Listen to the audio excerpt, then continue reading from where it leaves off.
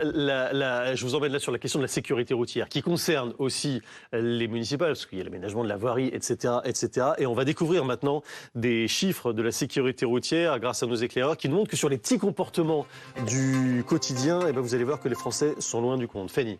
Oui, en effet. Alors, c'est le sondage Ipsos BVA pour la Fondation Vinci Autoroute qui le montre.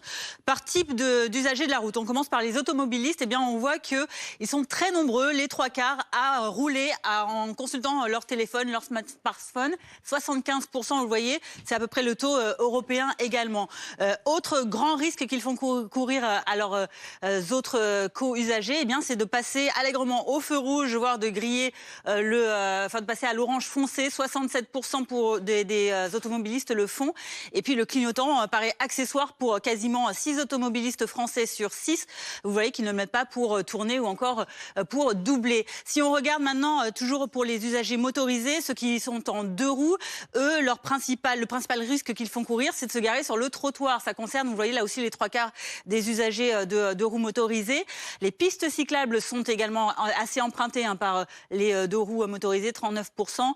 L'usage du smartphone également pour un tiers environ, mais on voit que quand même c'est bien moindre que pour les autres usagers, on a vu les automobilistes. Le fameux orange foncé, ouais. Ça parle à tout le monde, Fanny. Même non motorisés d'ailleurs, les autres usagers de la route ne sont pas plus prudents. Oui, en effet, regardez, les cyclistes réguliers utilisent allègrement le trottoir également pour rouler, 60%.